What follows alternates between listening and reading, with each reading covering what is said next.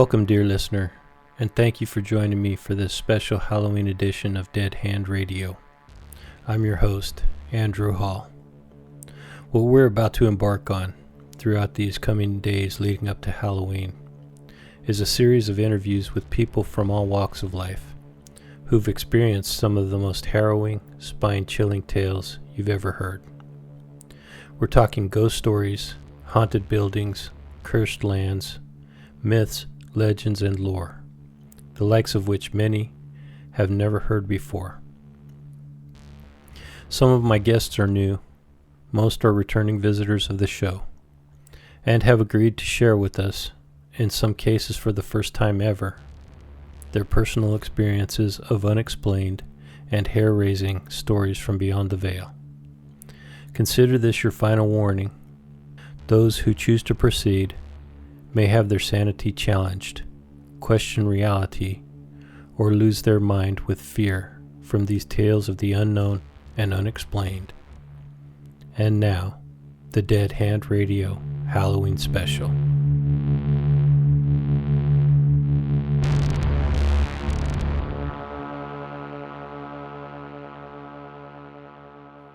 Hey everybody, this is Hanson Oak and you are listening to Dead Hand Radio.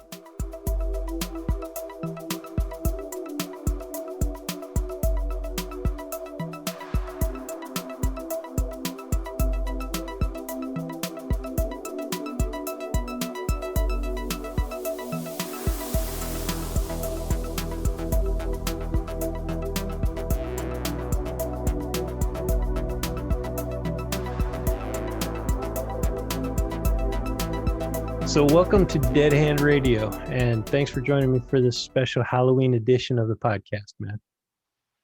Hey, I appreciate being asked to be on the Halloween edition of the podcast. I'm just glad we could finally connect. Yeah, me too, man. It's been a while since we first talked about doing something. You got pulled away because of the work that you do is pretty important, and I guess this whole crisis that we're in is extending longer than anybody had anticipated, huh? I don't know if it's longer than anybody anticipated, but I think it's definitely longer than anybody hoped for. True. I mean, you're a man of history, so if you look back at the 1918 pandemic and other things that have run their course, none of this is ever a short-lived adventure, especially when it's more or less an unknown virus that pops up. Agreed. And, it's funny. A lot of people think because we're so advanced in our technology that we should be able to figure this out a lot sooner than we have.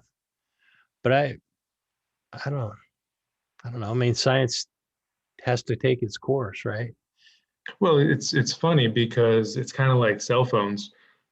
Nobody really understands how a cell phone works on a technical level, and they get so angry when a call drops or it's going slow or something like that. It's the same thing with the pandemic and the science portion of it. Nobody really understands what goes into breaking down the virus sequence and figuring out how to make a vaccine for it, and then all the testing that goes into it. And they get frustrated that it hasn't happened already. Yeah. Why don't we have a vaccine yet? And then you got a bunch of people out there that are saying a vaccine at this early stage without all the testing is a little premature and could be dangerous to release to the public. So caught between a rock and a hard place, I guess. Yeah,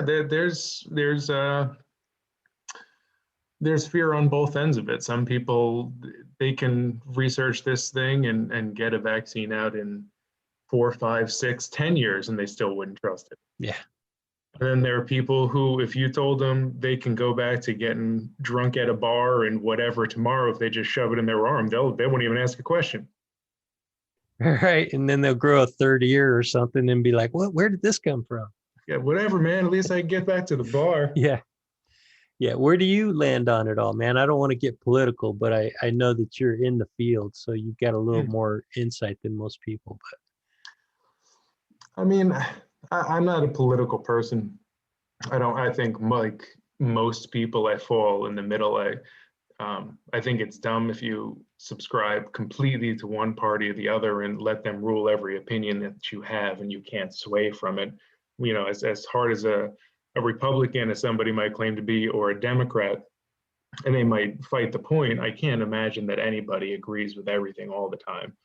So there are some things where I can view or have empathy with one side or the other on a topic, and there's sometimes I fall on a democratic end of it or a conservative end of it, but it's never one thing.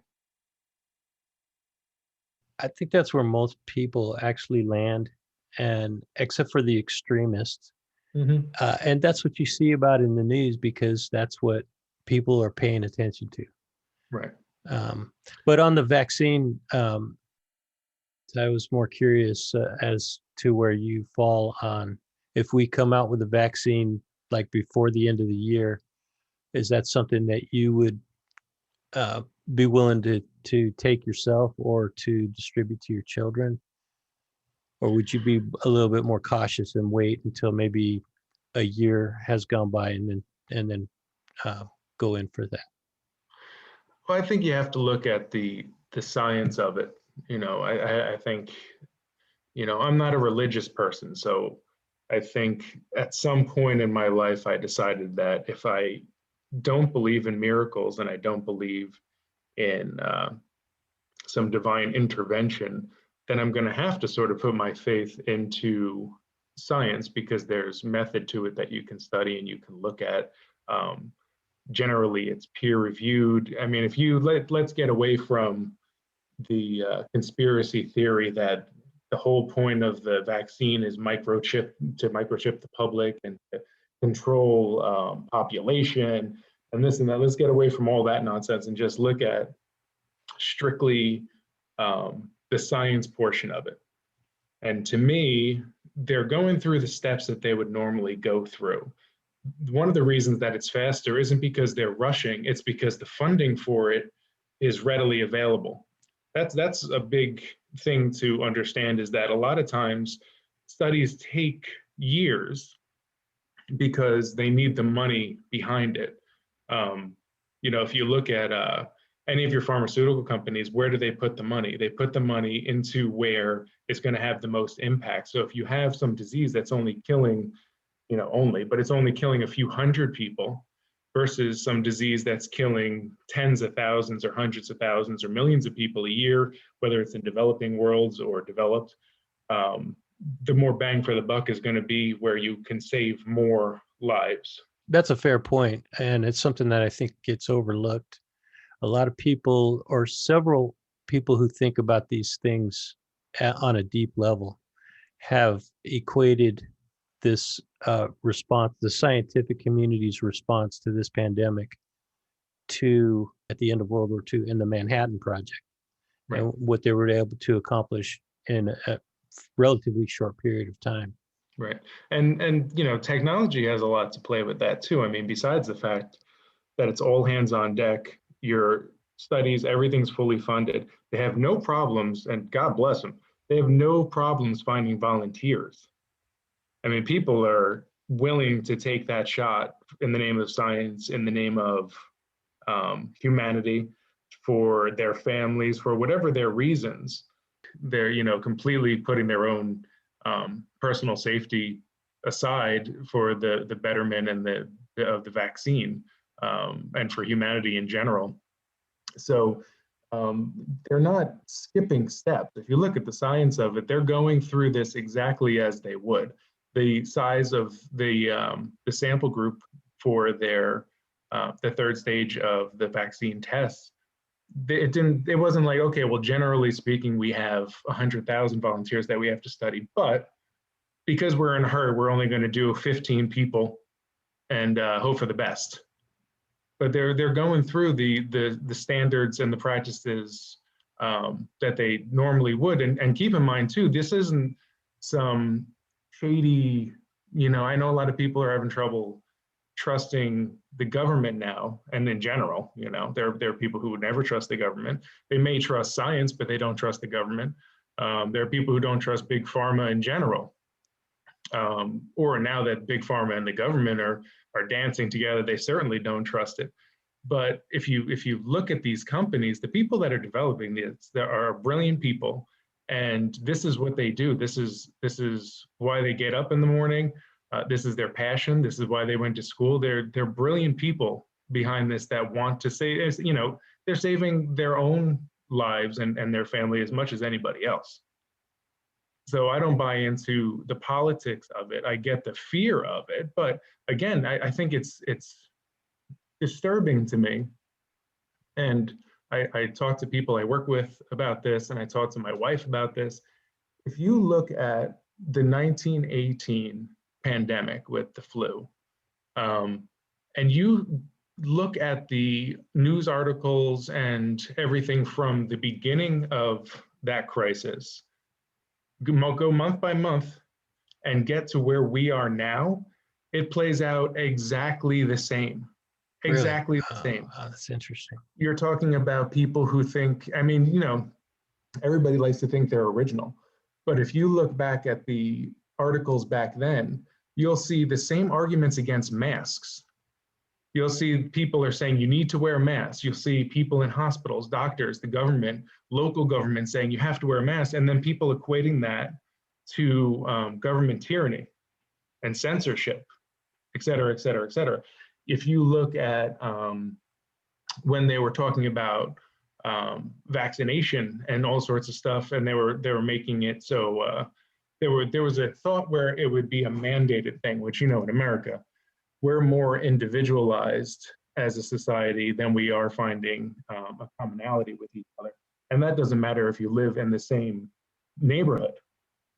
We have trouble seeing ourselves as a society. And it's, you know, maybe it's because geographically we're so vast, or maybe it's because of the diversity that some people, if they don't see themselves as a mirror image in the person standing next to them, they don't see their own humanity shared with that person. But whatever the reason, when they talk about vaccinations, they do the same arguments that they're making now, is that they're going to be euthanizing, is that it's population control, it's poison going into it, vaccines don't work. It's the same arguments. So we may have advanced almost 100 years to the day as the last time that humanity and America went through this crisis. But mentally, and that's what's so staggering, mentally, we're making the same mistakes. And not only are we making the same mistakes, but the mistakes that we made have been written down, and they're on official record, and they're easy to, you can Google it and see the actual newspapers and the actual flyers that they used to pass out that was against vaccination and against masks and all sorts of stuff, against lockdowns. That's why history is so important, because if you look at the mistakes of the past and you know those mistakes and the steps that were made to lead to those mistakes, you can avoid those same mistakes. But why do people fail to learn their history and understand how important it is to know history? Well, you're I don't know if I would call you a history buff, but you're definitely a student of history. Things that I've seen and your podcast and such, you know, you're big on, I guess, learning and following the lessons that we should have learned, and things that happened in the past. But why do you think that as a society we refuse to move in a direction where as a whole we can learn from it and accept it? That is a good question that I hadn't put enough thought into to really give you a definitive answer, but it's something that I'll certainly think about. And as far as me being a history, I have an intense interest in the topic of history. I wouldn't call myself an expert by any means, and there's so much to learn about history. But knowing history and seeing the mistakes that were made from past generations, and being able to apply that knowledge to today's crisis or, I mean, we're not only dealing with one crisis, man. This pandemic has created multiple, or I should say, a number of crises on multiple fronts. And so, a lot of people are saying that what we're dealing with is unprecedented. Coming out of the media, who you would hope were smart enough to know better. Mm-hmm. They're saying these, the things that we're dealing with is unprecedented, and why don't they get some smart people like yourself out there that can talk intelligently about this and articulate the path to success You don't want me in front of a TV or camera. recovery. Yeah, you know what I think it is you know, aside from the 24-hour news cycle and the need to hype headlines and stuff like that, I think um, this is scary enough from a perspective where you don't have to hype. And I think a lot of people have short memories.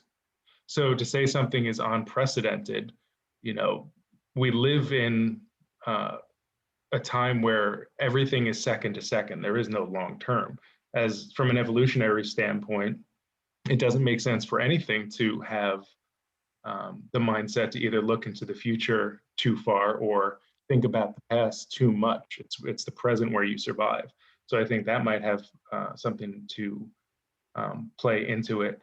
But none of this is unprecedented. Everything, it's all happening at once. It's a tidal wave, but in its pieces, nothing is unprecedented. We've seen it before. For the most part, it's been well documented. Yes, there are certain things that are new, but we're still falling into the same trappings. It's sensationalism. This is unprecedented. We've never seen it before. This is happening. That's happening. It gets people worked up, and it sells advertising airtime, and that's how it is. It draws people in. Yeah, it's hysteria. It's hysteria. And if you have somebody that's just, you point a camera at them, and you have a scientist, a brilliant scientist, and he goes through all the facts, people's eyes are going to glaze over. Mm-hmm. They're going to stop listening. But when you have really good looking people on the news telling you that we're all going to die, just hang on there for our 2-minute commercial break and we'll tell you how you're going to die. That's going to get viewers. There was a good illustration of what you just said. There was a little clip on one of the news channels, and the commentator, or whatever you call those people, and this is as I'm surfing through channels. So this guy says, "Alert! Terrorist alert! Americans are at risk of being kidnapped." And we'll tell you more about it after the commercial break. Right. I swear, man, I heard that today. And I was like, are you kidding me? You're going to leave me hanging like this? I mean, my wife is out. I live in Las Vegas, and my wife is out there, doing her thing. And my daughter's off in another part of the city. And Americans are at risk of being kidnapped. And you're not even going to tell me more information about it until I watch a commercial. Yeah, wait on it. And then when it comes back, it's some pocket of the world where you could have guessed Istanbul, that anybody Turkey. was at risk. Yeah, it was in Turkey. Right. So, so you put your car keys down and you're 5 minutes late to get to work now because of information you already knew. Yeah. Well, I always find it interesting. You're an artist yourself with your photography. I always find it interesting how you're following history and learning about it plays into your art, and I know from what I've seen, you like the desolation of I guess the empty canvas of where people left, and they left their buildings and cars and stuff like that, and nature starting to take it back. And that seems like there's an interest in that for you. So I'm curious how your interest in history and stuff like that and your preference in landscape photography sort of plays into each other. Well, first of all, thank you. I appreciate you, what you said, and you said it quite eloquently, man. I really appreciate that. Yeah, I do. See, I've had an interest in, and it goes back to when I was a young boy, probably 8 or 9 years old, and I learned about the threat of nuclear war.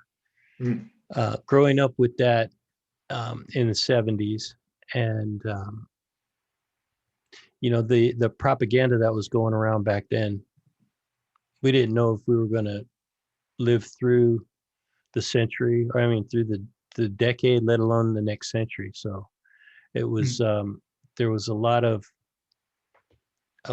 interest in me, in my mind, about what would happen after the nuclear war.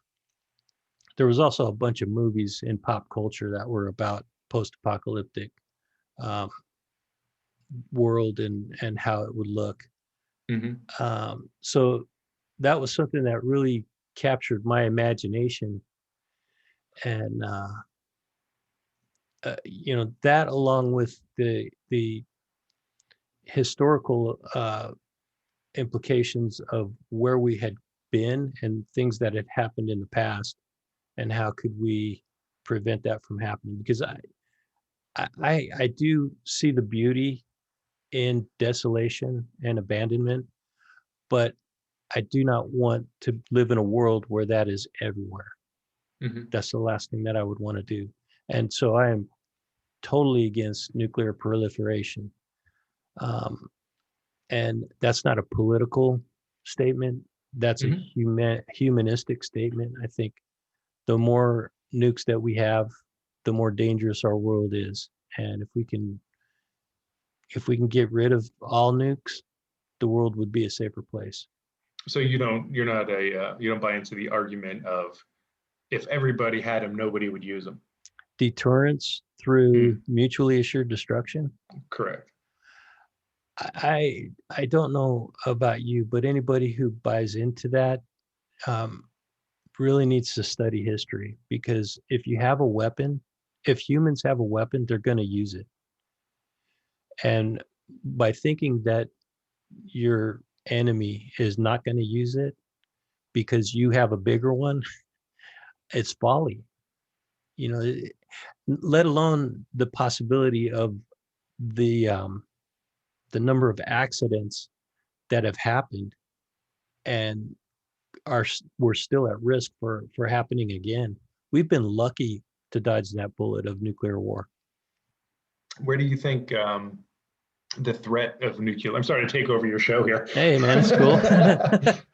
Where do you see the threat of nuclear war coming from? Like which country? And it could be our own, but which country do you feel is the threat at the moment? Or if just by having it, there's the inherent threat. Well, I think there's two different questions in that question, and the question of what is the greatest risk for nuclear war is an accident happening. Um, a, um, a, a rocket launch into space gets misidentified as a nuclear warhead launch, and one of our one of our enemies retaliates against us. That almost happened. Um, and don't ask me to quote the date and all that stuff, because I don't have it in front of me, but you can look it up. So that's the greatest risk for nuclear war, is that there's an accident or a misidentification of something that's perceived as aggressive, and as a countermeasure, the enemy retaliates. Uh, our greatest, I think, our greatest hotspot for a conflict is somewhere in South China Sea, and I think it might be Taiwan, Mm-hmm. um, because the Chinese are making really aggressive moves to reclaiming Taiwan as sovereign, or taking away their sovereignty, like what they're trying to do in Hong Kong. Well, they're winning that battle over there. I thought when all the protests and resistance and everything was happening, was it a couple of years ago now, right? When you had the umbrella protests and Well, it was all that. right up to 2019, right before the pandemic hit. Yeah, They were still out in the streets protesting. yeah, and I mean, you know, I'm always pulling for humanity. Yeah, I absolutely. really am. I'm always pulling for humanity, and I saw them out there, and it seemed like for a second they were going to get what they wanted, which was an absolute guarantee of sovereignty moving forward in their history. And I think I thought that because the people who were fighting against it got quiet and stopped fighting. You know what I mean? Like they gave up ground Yeah. and things eased.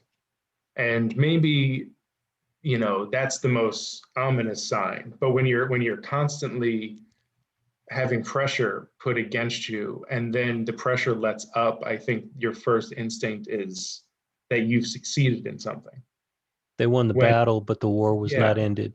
when the reality was China and the powers that be realized that the optics of pushing back against these people would have repercussions. So they changed how they did it, and they did it in a way. I mean, from I won't say that I followed this very deeply, but from what I've seen, they did it in a way where it was almost like, okay, we're not going to fight you in the streets, we're going to fight you in the courts. Yeah, that's exactly And what it was. slowly but surely, they started passing all these little shadowy bills and laws that one by one, especially in the beginning, didn't seem all that threatening. And then they started going, and again, this is one of those learned from history. Then they started going after assembly, and then they started going after speech, and then they started going after the press, and then they started going after the elections. And so it all slowly crept up to now they find themselves standing in a noose waiting for the bottom to drop out. Yeah. And everybody turned their heads away because it's not people getting tear gassed and beat up in the streets. It's little announcements that come out that don't really, you know, you're not coming back from commercial break to hear about the new law that passed locally. You know what I mean? But when they were all out there with umbrellas and tear gas was going on and they were spraying protesters with paint so they can come and find them later, people paid attention to that. But now they're actually in a much more dangerous situation because they have laws and precedent in the court, legitimate or not, that are threatening them and people who speak up and dissidents. So to me, that over there, that's a, and then you're talking about the South China Sea situation. I remember a few years ago, China made the claim that they're not building islands down there. They're not building up islands. And then you see satellite imagery from, let's just say, 3 weeks ago, and it's barely an island poking its head out of the water. And then 3 weeks later, there's air bases. They've expanded the island to be a few miles instead of a few feet. And you're like, wait a second, like that wasn't there. We have satellite imagery now. You can't just say you're not doing something when we have proof. Yeah. So I agree. I think that's a very scary situation in that part of the world. And again, I don't think people really pay much attention to that because there's no direct conflict. It's just a lot of words, and words aren't sexy and they don't grab your ratings. Yeah, what China's doing is the greatest threat to our democracy, to our freedom, to the free world in itself. And they're doing it in a way that, like you said, man, it's so like these backdoor agreements. Somebody's getting rich in Hong Kong. Some of the people in Hong Kong that are in political positions to get these laws passed, they're getting rich Absolutely. because they're Mm-hmm. selling out their people by passing these laws. Um, and God, I hesitate to say this, but anybody who thinks that cannot happen in the U.S. is naive, Hmm. at the very least naive, Hmm. willfully ignorant at the, you know, if um, if I want to get mean about it, but people really need to pay attention to what's going on in that part of the world, because it's happening in South Africa, it's happening in South America, not South Africa, it's happening in parts of Africa, but it's happening, in South America as well. China is making moves in all those areas, and it, if we don't stand up to them and stop them at these critical points somehow, before you know it, they're going to be in this country doing the same thing. I always wonder though what the stomach is um, for war, and obviously that's not something you want it to come to. But I wonder what the stomach is for war within America at this point. I mean, we're war weary from being involved in Afghanistan and so on in that region for so long, even though the attention to it died out way before the actual fighting died out. Um, but I wonder, I wasn't alive during it, and I'm sure things were different because everything's romanticized when you look backwards, especially because, winner write history books and all that. But World War II, when before America got involved and they were seeing and hearing about the things that were going on over there, even early on, before the atrocities really got going, before we were attacked, but the war was still raging for years before we got involved, um, and there was an isolationism at the time, and America first, and I don't totally disagree with um, America first as far as wanting your country to do well and taking care of your own to a certain degree before you start getting involved in other places. However, I don't believe in isolationism. But what is the thought that America, if you presented your case of what China is doing or allegedly doing, what do you think if America took a vote to get involved? Do you think that they would? Or do you think that everybody is so distracted by the 10 million distractions about all the things that aren't really important that they've turned away from the larger scope of what's happening in the world and just pay attention to what's on their phones? The 1940s, the world was a completely different landscape. The United States was heavily patriotic and a very unified country before uh, before we were attacked. So, and at the moment that we were attacked in Pearl Harbor, that just solidified that unification, that unity, and mobilized the entire country. And I think that it would take an outright attack to mobilize and to unify the country. We saw the same thing on 9/11, 2001. That attack completely solidified the country as one, and we, no stone unturned to find the people who did what they did. The same thing would happen if there was an outright attack against the U.S. by China, but I don't think that's going to happen. I don't think we're going to see that happening. What happens if we shoot one of their planes down, they shoot one of our planes down, et cetera, et cetera? It's not an attack on the homeland, so to speak. This happened over there. And I think over there, as small as the world has become with the internet and television and travel and stuff like that, over there, I think is further than it's ever been because we're so caught up in our own worlds that it's easy to look away from things that are happening that are uncomfortable to look at and to deal with.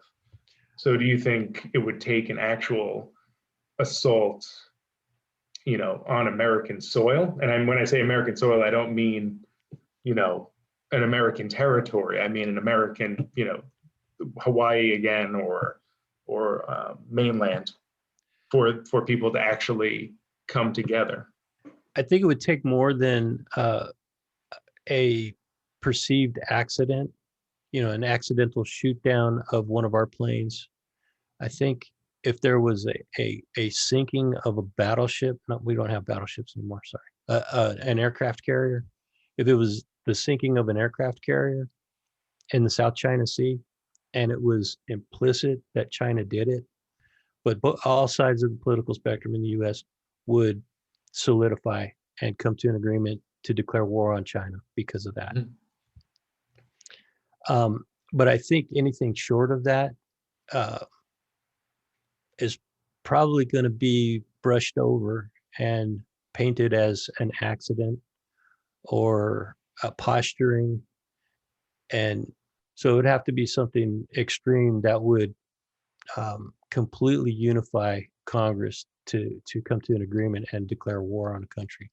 Well, so I sometimes question if where we're at now, what it would take to unify, short of some disaster like that, or aliens finally making their way over here. Oh, let it be aliens, please. That would be so much more interesting than being invaded by a foreign country. If we're gonna go, let it at least be interesting. And with the way 2020 is going, it wouldn't even be shocking. People would just be, oh yeah, that's where this happens. Right. Somebody posted on Twitter, if 2020 was a book, what genre would it fall under? And my response was, it doesn't matter because they wouldn't print it. If you wrote what happened so far, and down to the details of murder hornets and all sorts of stuff that popped up, nobody would ever publish it because it's too unrealistic. Nothing has to do with the other thing. It's just all over the place. You have too many storylines. You have to simplify this, and it just more stuff just keeps happening. That's true. And outside of the world that you work in, the space that you live in within your creative pursuits is writing. And it seems your writing tends to go towards the dark side. Is that by design, or are you just responding to demand? No, I mean, I've lived a few lives over the course of my single life, and one of them I worked in film and television for years as a writer, and I worked for or with and at Fangoria for a while, and a few other places. Did a lot of freelance work for different horror companies. Had a web horror series for a while, and Ghost wrote a lot of stuff and whatnot. And it just, for whatever reason, my writing always gravitated to be dark, but I never considered it to be dark. To me, I don't see it as dark. I see humanity in horror. I think romance and horror are the same thing, just played out in different ways. You're playing on emotions, and you're playing on fears, and you're playing on hope. So all the themes are the same. It just so happens that in horror, sometimes it gets a little gory, and sometimes it gets a little bloody, and sometimes you don't have to do either to get a reaction and to scare people, or to give people a sinking feeling in their stomach. Sometimes it's just the right few words in the right order, and for the individual reader, they're going to get a certain reaction from that maybe I didn't even anticipate when I wrote it. So I don't think I planned to write harder. I think a lot of the professional work that I did, just because of opportunities at the time, were in horror. But over time, I realized, one, I enjoy writing it, and two, it seemed like I can create things that other people hadn't or couldn't. Not a lot of people really write horror. There's not a lot of horror authors when you compare to other genres like sci-fi and stuff like that. Well, you do it well, my friend, and that's easily what I can um, relate back to and contribute to the reason you and I connected. I'm not a big horror fan. I can say that right now. It might not seem like that's true, but I enjoy some horror, uh, but in moderation. Right. Well, just like romance, there's variations and subgenres of horror. You have, your shock horror, you have your exploitation horror, you have haunted houses, you have torture horror, you have, and each one has its place. I'd like to think that the stuff that I write um, tends to be more focused on the story and the people and the characters and the space that things exist in. And that, for me, makes horror that much more terrifying when you're rooting for characters, when you see yourself there. Um, I'm not big, I'm on Twitter, the stuff I write on Twitter and then the stuff that I'm writing on as for novels and stuff like that are two different things, because Twitter, you have this very confined space, which I always find it challenging to try to create something that is going to tell a story, elicit a reaction, and entertain people who don't just like horror, because it has to be more than just horror if you want to branch out. Um, so like a lot of the people I interact with or people that follow me and stuff like that, a lot of them, they don't follow another horror writer.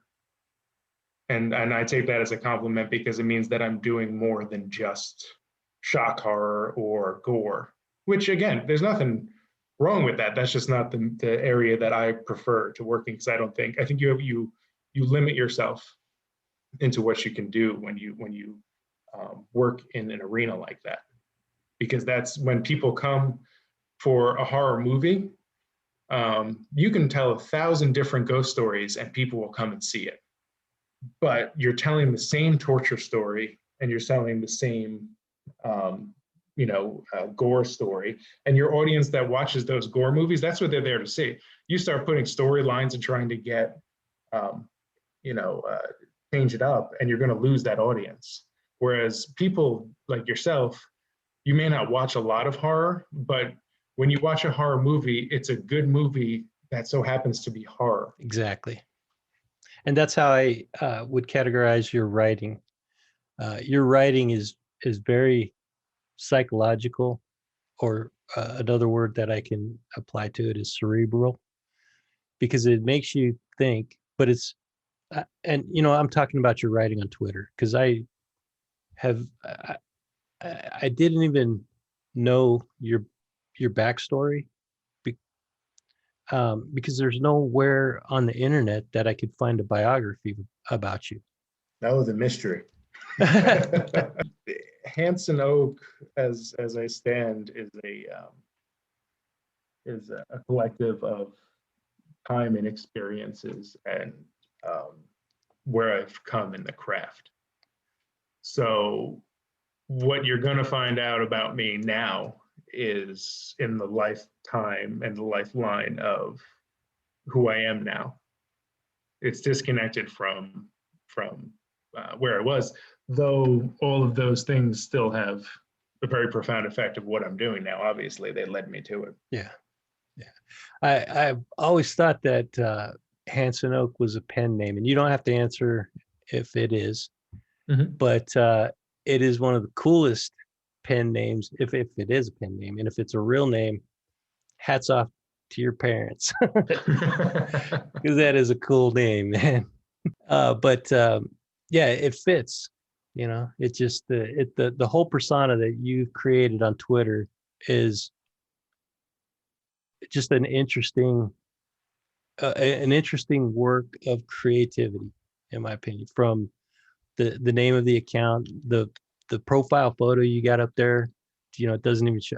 I don't even know if it's your real face, but it doesn't show your whole face. I'll give you that. It's my real face. Okay, It's good. a real part of my face. Okay. And then the words that you string together in your little tweets, and each individual tweet is nearly a completed story from start to finish. Some of those could be drawn out into novels or movies, but you tell a complete story within that short enough. There's a few authors on Twitter who do that very well, and it it's it just it blows my mind that people like you are even existing in this world with that much creativity, and you compact it into such a short little paragraph. I appreciate that very much. Thank you. The Twitter, I avoided Twitter for a very long time. I avoid most social media. I don't have a Facebook or, stuff like that. I don't even know, I'm fairly young. I'm only 38 years old, and I don't know what the hell's going on with social media. I don't know what the kids are doing these days, Andrew. I have no idea. And I don't understand a lot of the social media, what the purpose of it is, except for wasting time. And I avoided Twitter for a very long time. And then somebody told me, just, get with it. Like, get into, just put one toe in the modern world and see what's out there. So I signed up for Twitter, didn't understand it. I just, it made no sense to me what I was supposed to do. So that for a very long time, I had, the handle reserved, but I didn't use it. I didn't even sign on to it. And then one day I was messing around on it. I was on a train on my way to a meeting, and I was bored, and the train was stuck on the tracks. And so I started just flipping through my phone, and saw Twitter buried in the apps tab, and I opened it up and was just started looking around. And at first, it was just, what you expect from Twitter. It's just anger and people yelling at each other and, hey, I have an opinion. Well, you should die. Okay, well, why is anybody doing this? I just couldn't understand it.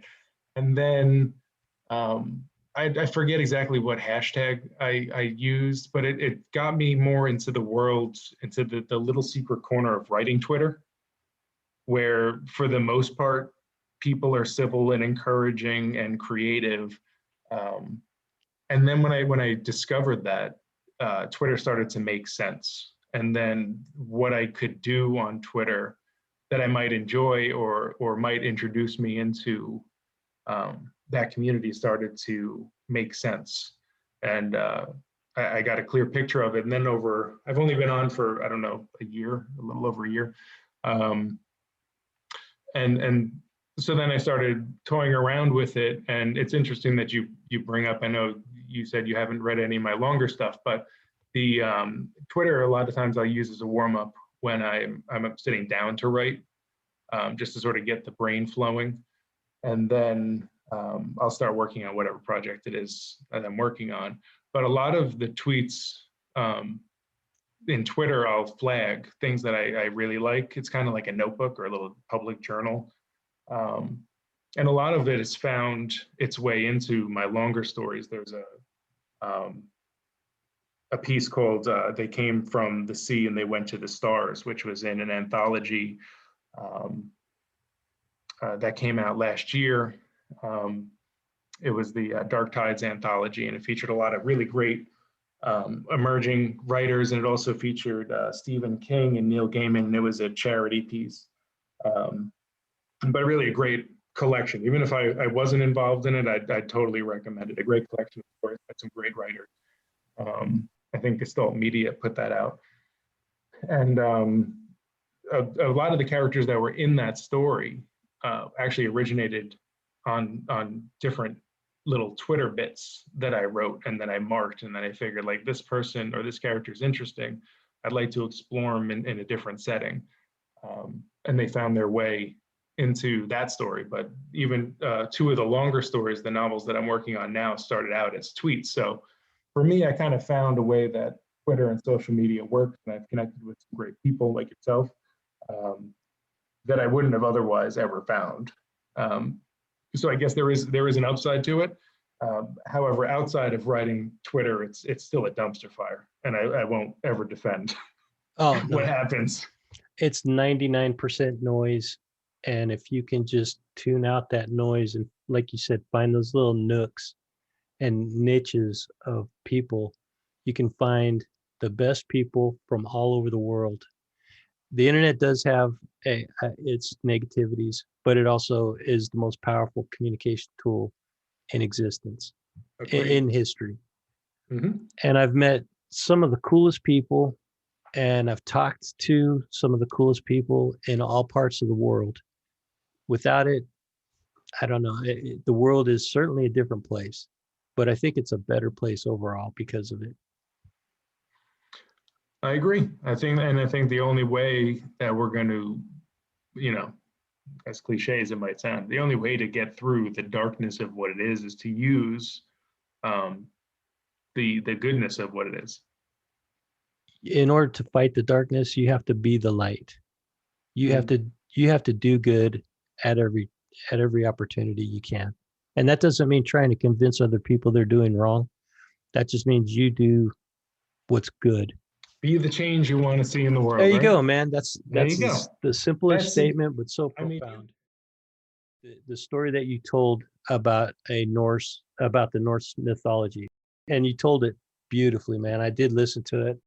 Would you give it a little bit of an intro to that? So this story, it's a very old story, and at one point I was getting very into um, the traditional storytelling, which is standing in front of or sitting around a fire with your audience um, and reciting a story, and it is one of the most impossibly hard things to do. It's one of those things that sounds so easy, but it's so hard to do well. And that's why, through time, there was the storyteller of the community, one or two people who would recite the history of the people or their myths or their religion, because really it is incredibly difficult to not only remember it, but to be able to recite it back. And I've since, I still enjoy it, but I've since kind of given up that career path just because I'm good at a lot of things, but doing that consistently or as a profession is not one of them. So I tell my kids stories. I make up stories for my children that I tell them before bed that they enjoy, and that's kind of where I let it lay. But this story is a very, very old story, a very old myth about the Norse god Thor, which everybody knows, who is sort of palling around Midgard, which is the realm that human beings inhabit in the Norse religion, and decides that he's going to go pay a visit to one of the monsters or the creatures or the giants of the religion and go out on a fishing trip with him. So that's what the story is. It's one of my favorites, especially from that part of the world, because there's a lot of stories that theme and the story itself repeat throughout the world in religion. There's a lot of things that are very similar, but I've found in the Norse religion, 9 times out of 10, you're not going to hear another story about Odin or anything like that, anything that comes close anywhere else. And that's kind of what drew me to that. Hello, my name is Hanson Oak, and I want to tell you a story. Thor is as recognizable today as he's probably ever been, having seen a rebirth in popularity through films and comic books, but thousands of years ago, he was even more recognizable, and not just because he stood a full 2 heads above the average person, but because when he would travel through Midgard, which is one of the 9 worlds where humans exist, he would do so in a cart drawn by 2 huge goats, and he'd move through the clouds, causing such chaos as to draw thunder from them. And this would alert people that Thor was coming, and they'd scramble and they'd put on fine feasts for him, and they'd wear their best clothes and their brightest smiles, and they'd try to gain favor with the god. But this is not what Thor wanted. One day Odin was throwing a feast in Asgard, and he noticed that Thor wasn't eating, which is very uncharacteristic for Thor, and he sat next to him and he put his hand on his shoulder and he said, "Son, your smile used to draw my smile. Your joy was my joy, and I have seen neither for some time, so I beg you please tell me what's wrong. What's bothering you?" So Thor explained that he wanted to know humanity better, he wanted to know their nature. But every time he would show up, they'd change, because they wanted to draw his favor, and this made him sad. But then he had an idea and he said, "Father, with your magic, could you make it so that I appear as just a man to them, perhaps even a below average man, so I can live among them and know their joys and their sorrows? I can join in their celebrations and feel their hardships, and I could better know the realm that I'm supposed to protect." And Odin said, "That is a good idea. I'll make it so." And so Thor began to travel around the settlements in Midgard and live with the people, and he did indeed know their sorrows and their hardships, but he also knew them and he knew their hearts, and that was what was most important to him. But there was one settlement where he spent more time than any other, and this one was right on the outskirts of the wilderness. This particular settlement had no lodges, no homes. They had no livestock, and they only had small fields in which to grow their vegetables. They slept in the rain, but they were happy, and they shared with Thor all that they could, and they were good hosts, and they became friends, and then those friends became family, and he was as close to them as he was with any of the other gods. One night, when they were sleeping in the rain, or not sleeping, Thor rolled over to one of them and said, "Why do you not build lodges?" And as his stomach growled, he said, "Why do you not have livestock so we may not be hungry? Why not at least have larger fields to tend?" And with heavy hearts they explained to him that out of the wilderness from time to time a giant named Hymir would come, and he'd eat their livestock, and he'd eat their gardens, or he would just stomp them flat as a way to amuse himself, and if any of them ever put up a fight, he would crush them or eat them. And so, it was just easier this way. This broke Thor's heart, and he said to them, "I will go into the wilderness, and I will find Hymir, and I will make him stop doing this." And they laughed until they knew he was serious, and they said, "Well, you can't do that because, well, look at you, and he's a giant. Obviously that won't end well." And Thor said, "No, you have shown me such great hospitality that I will go, and I will find him, and I will stop him." And so Thor went into the wilderness, and at that time, especially going alone, that was a place where you generally didn't return from. That was the realm of the giants. So Thor looked around for a few weeks until he finally found this farm. And he knew it was the farm of Hymir because the great fields were filled with tremendous livestock and incredibly sized oxen. So he walked up to the door and he knocked on it, but there was no answer. Then he knocked some more, but there was no answer. Then he realized his small fist, even as Thor, could not rattle the house enough to draw any attention from the inside. So he reached into his satchel where he kept Mjolnir, which is his hammer, and very gently, as not to knock the whole house down, rapped on the door. The door was answered by Hymir, who looked about, but saw nothing. So Thor clapped his hands and waved his arms, and eventually Hymir looked down in front of his feet, and standing no taller than his shoe, stood Thor, but he looked just like a small, weak man. And so Hymir said, "Human, do you know where you are?" And Thor nodded and said, "I do." And he said, "Do you know who I am?" And Thor nodded and said, "I do." And he said, "I should chew you up and spit you back over your kind, as a warning never to come and disturb me at my house." And Thor said, "Of course you could do that, and there's nothing I could do to stop you. But I've been on a very long journey, and obviously if I was not desperate, I would not disturb you. I beg of you, just a bit of hospitality, perhaps a speck of food, and a warm place to lay for the night, and I will be on my way." Hymir considered this, and he agreed. Seeing the courage of the man, he led him into the house, and he said, "I will give you a speck of food, and I will give you a warm place to sleep. But know this, in the morning I might lose my patience waiting for breakfast, and you will become my meal." And Thor said, obviously there's nothing I could do to stop you, so be it. So Hymir, being a good host, and being very hungry, had his daughter cook up a tremendous feast that consisted of 3 roasted oxen, 10 broiled salmon, and 6 acres of prepared vegetables, along with 2 huge barrels of mead. He sat down, he enjoyed the smells, and his stomach started to growl, and he picked up his tremendous fork and his gigantic knife, and he leaned forward to stab it into something so he may eat, and he noticed that there was no food on the table. All the plates were empty, nothing but crumbs. He looked over to Thor, who sat back in his seat, rubbing his stomach, looking almost satisfied. None of this made sense to Hymir. He knew that the food was on this table, and he knew that a man that size could not possibly consume all of this food, especially so quickly. So he felt he must be sick. He wasn't seeing things right, he wasn't thinking right, and he called to his daughter, "Bring me eggs, bring me chicken, bring me more vegetables, bring me whatever we have, for I'm still hungry." And Thor let out a tremendous burp that shook the house and said, "I, as well, am still hungry." So Hymir's daughter bought the food and set it down for everybody. And Hymir was happy once more and excited to eat, and he leaned forward to eat, and once again, just crumbs on the plates. And he looked at Thor, and Thor ran his hand over his mouth, let out another burp, and said, "Now I'm thirsty. Can I trouble you for just a bit of mead to wash down such a fine meal?"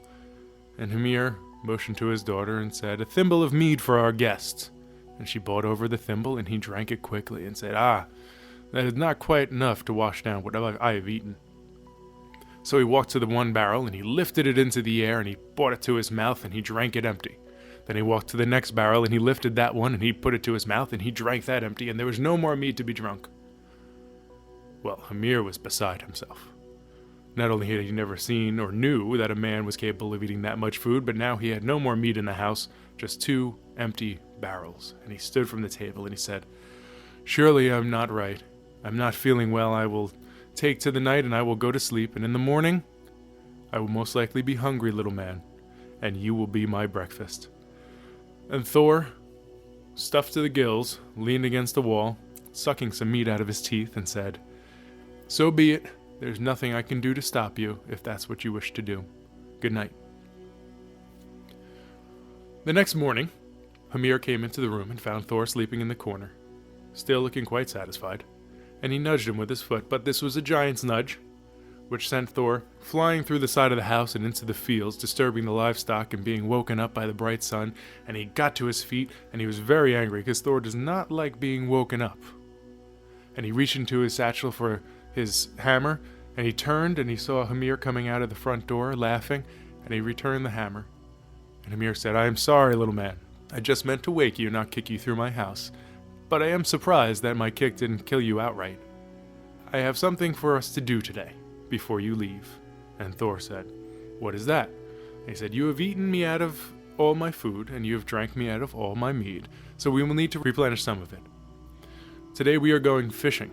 And Thor said, "Okay, I do enjoy fishing." And he said, "But you will have to find your own bait, and you have to find your own line, because nothing I will bring will fit into your small hands."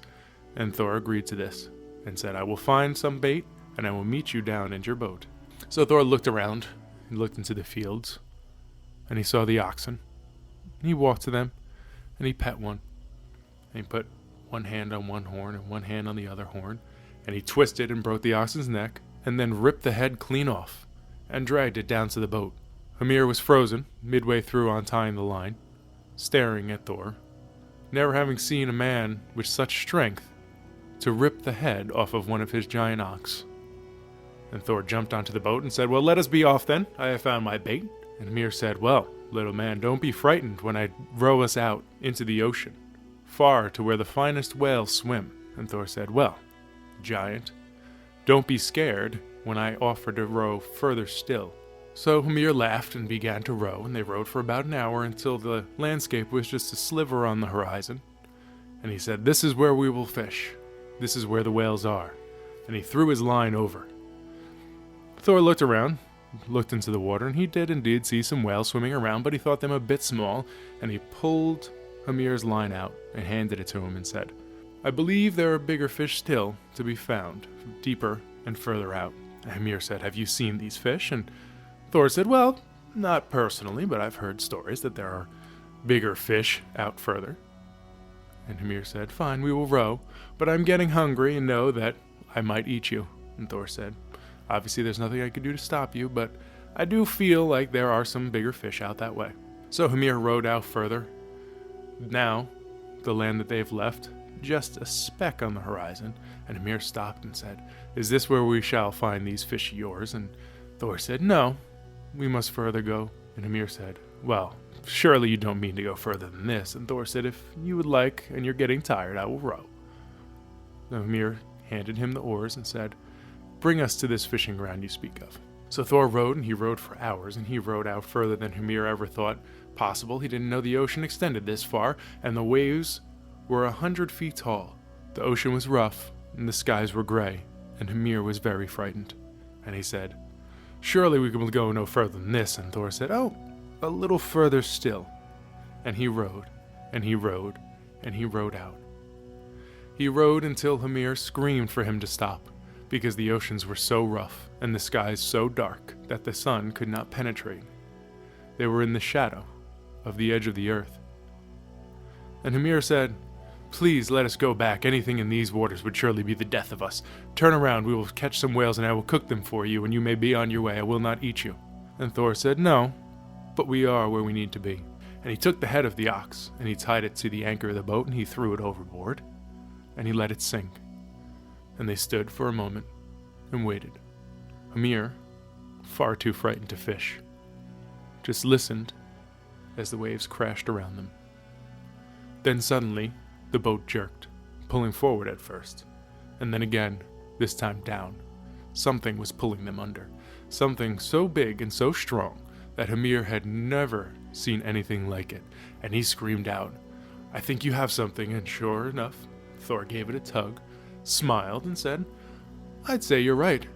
I'd say I do have something. Let's get a look at it." And he began to pull his line, but Hymir spoke up and said, "No, cut the line. Whatever is down there will surely be the death of us. Bring us back to the shore, and I will give you anything you want." And Thor smiled and said, "That is a great offer, giant, but still, I'm curious as to what's on the other side of this line." So he pulled with all his might. He pulled so hard that his feet pushed against the boat, and further dropped it into the ocean. Water was beginning to come over the side, and Hymir busied himself with getting the water out, begging and screaming Thor to cut the line. "Please, whatever that is will surely be the death of us." And Thor agreed, "Probably, but I'd still like to see it." And after a minute of pulling, the ocean around them began to glow red. Clouds thickened the sky. Lightning struck the water. The red glow came closer, and Thor realized it was the glow of the eyes of the Midgard serpent. A snake so big that it encircled all of Midgard, keeping the water from flowing out. Thor pulled harder. Harder. Harder. The serpent came closer. Closer. The oceans became more violent, thrashing, the boat spinning, pulling. Hymir screamed and cried, but could make no words. Then, the Midgard serpent's head broke the water, rose up hundreds of feet above them and looked right down at Thor, and Thor stared right into its eyes. And he said, "No, I will be the death of this." And he pulled that rope until the Midgard serpent's head was right alongside of the boat. He reached into his satchel for his hammer. He raised it over his head, preparing to strike dead the serpent of Midgard, when suddenly the line in his hand went slack, and the Midgard serpent backed away. He looked over, and Hymir had cut the line. The Midgard serpent sank back below the surface of the water, and Thor felt cheated and angry, and he turned to Hymir with the hammer raised over his head, and Hymir said, "Of course no man can do what you have done. I know that hammer. You are Thor." Thor didn't say anything, but he didn't strike down Hymir either. Instead, he backed away and struck the side of the boat, cracking it in two. Killing Hymir instantly would be too quick. He decided he would rather let Hymir drown. So he swam back to the shore, He traveled back through the wilderness to where his family was, and he told them they'd have no more to fear from Mimir, that he'd taken care of it. And then he traveled on, back to Asgard and back to his father, and thanked him for the opportunity to learn more about the people that he was protecting. He made one more promise, that he would track down and he would kill every giant in all the wilderness throughout the region and the world. And if you notice, no matter how deep you go into the woods, no matter how high the mountain or how low the valley, you will never see another giant.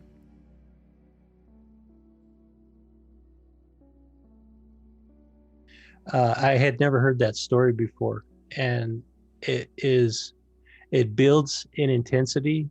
So when you start listening to this, if it seems like it's something that's boring, don't stop listening, because it builds to intensity, to a crescendo, and it has a very interesting conclusion.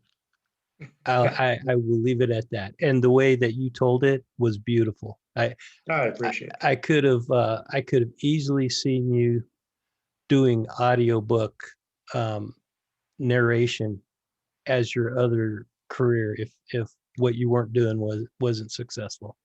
Hey, look, if all else fails, then maybe that's where I'll be headed. Maybe I'll narrate my own. Yeah. So if anybody, I know Twitter is your main where you hang out, and Mhm. it's fantastic that you engage with people the way you do on Twitter. But would you give people your Twitter handle, and is there any other way that people can find out more about you or your work? Yeah, thanks for the opportunity. It's at Hanson Oak is the Twitter handle. Believe it or not, I'm the only Hanson Oak. And hansonoak.com is the website. I was able to get that one too. And then the website is not that great about keeping it updated, and I do have some people who try to help me, but that's the most up to date as to where you can find my longer forms of work. Right now, it's a bunch of short stories published in a lot of different places. I do have 2 novels that will hopefully be out in the next few years. We'll see about that. Life like 2020 seems to keep getting in the way. And yeah, that's about it. Feel free to stop by and chat with me about whatever, you know, like talking to Andrew. I'm willing to talk about whatever you want within reason. Yeah, I'll second that, because just looking at your writing, it seems like you could be on the level of Stephen King. And I'm not trying to but you totally engage with people. You're 100% like responding to every tweet that somebody sends you. I think it's awesome, dude. Yeah, I try to respond. A lot of times I'll respond with a GIF, just because sometimes a GIF says more than, than Yes, words. gifts are great. But I try to respond to DMs, as much as I can. But yeah, I'm there. Like I said, I found the happy place and the happy medium in Twitter for myself. So I'm more than happy to engage. Yeah.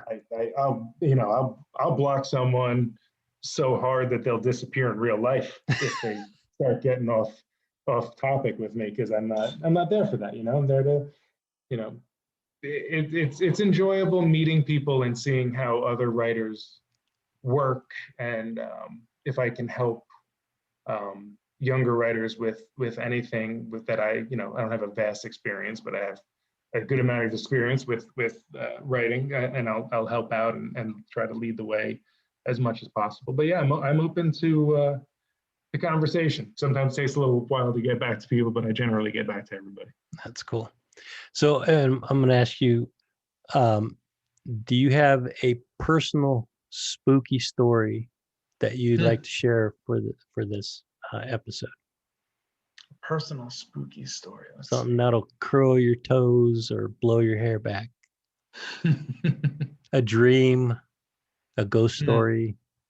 Well, I guess, and I mean, feel free to keep this in there too, because I've said it before. It's not a shocker, but as much as I write about and especially on Twitter, like ghosts and demons and beyond dead and all that sort of stuff. It's nothing that I actually believe in, and I think maybe that's part of why I'm able to write as dark as I do, is because I don't feel like there's a repercussion to it. There are people who have warned me that if you know, it's the old thing, if you knock on the devil's door, eventually he'll answer. So there are people who have beliefs in place, usually religious, and it's not, you know, Christianity or whatever, it could be different things, but they feel if you delve into and talk about stuff like that, you're inviting it. And to me, personally, I don't believe it. I'm open to it. You know, I've said before, I wish somebody would show me proof of anything, and I'll be open to it. And I haven't shut anything out, but I haven't seen anything thus far that leads me to believe in a lot of the monsters and the demons and the ghosts and the angels and all that sort of stuff. So even though my writing is in one direction, my personal belief and where I am in real life is probably the opposite end of that. Like I said, I'm looking to science. You know, and the world needs people like that, just as much as they need people that are dreamers. But have you ever had an experience that you just can't explain that got your tinglers Sure. going? I'll tell you one, and I might tell you another one. But there was one time I was out for a hike and I was going through the woods, and I live in New England, and I consider myself a New Englander. We've toyed with the idea of moving to Colorado or Montana or something like that, because my wife and I both have an affinity for mountains and open landscapes and stuff, even though I think Colorado is starting to eat away at that pristine image that I have of it, just development and stuff like that. But you know, I've come to the conclusion a long time ago that I'm a New Englander. I love the architectural styles of the old houses. I love the old towns. I live in a town that was founded in 1706, and there are still original buildings and structures from that time. And I find there's a beauty in the age of it. I live in I want to say rural area, but it's definitely more rural than suburban. I live around a lot of farms and rolling hills and stuff like that. And my town has its own myths and legends, like most do. So there's a park by me, and there's a legend attached to it where back during colonial times, when settlers first came into the area, there was a tribe, and the chieftain's son, the chieftain's daughter, and the general. I'm going to butcher this story because I wasn't planning on telling it, but there was the person in charge of the scouting mission. His son fell in love with the chieftain's daughter, and they would sneak out. You know, very typical Hollywood romance. But this is an absolutely true story. They fell in love with each other. They were young. Then one day they went to meet up on the cliffs of this park, and they were being hunted, for lack of a better word, to find out, because I guess word got out that they were out to see each other and had a little romance going. Long story short, they jumped hand in hand from the ledge, and they were later found drowned in the river. So we have lore like that around here, which I find fascinating. So I was out for a hike with my son a while back, and we came up one of the trails, which leads to sort of like a blind hill. You can't really see what's on the other side.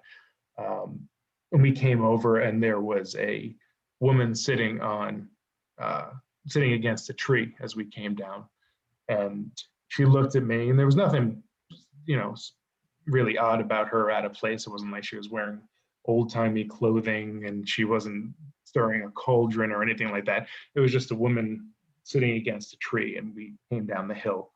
And she looked at me and she said, "It's a nice day." And I said, "It's a nice day. How you doing?" This is before COVID, so we could speak to each other and not run screaming in the opposite direction. And I walked down the hill, and she said, "Just be sure you be careful." And when I turned back, she was gone. Wow. The woman was not sitting against the tree. My son kept going, and I stopped him, and I was looking around for her, and she was nowhere to be found. Now, am I saying that there are ghosts or spirits or anything in the woods? No. Would I love for there to be? Absolutely. I think that'd be incredible. I want to live in a haunted house. Show me a haunted house. And I asked my son if he had seen her or heard her, and he just stared at me.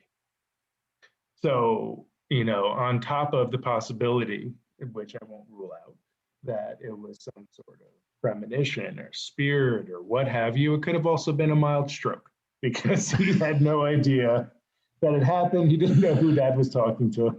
so there's that one. So I can't explain that one. That gave me the chills, man, because it was kind of unexpected that you actually turned back and she was gone. Like, what did she do? Duck behind the tree? Yeah, that's what I was like. I was just standing there. I'm like, what? Yeah. So, all right. Well, I think that's a good place to leave it. But it's fascinating talking to you, Hanson. I really appreciate you spending so much time with me. Tell your wife I said thank you, and I apologize for keeping you so long, but it's been interesting. It's been again. Thank you very much for the invitation and the kind words. All right, then, my man. Have a good night.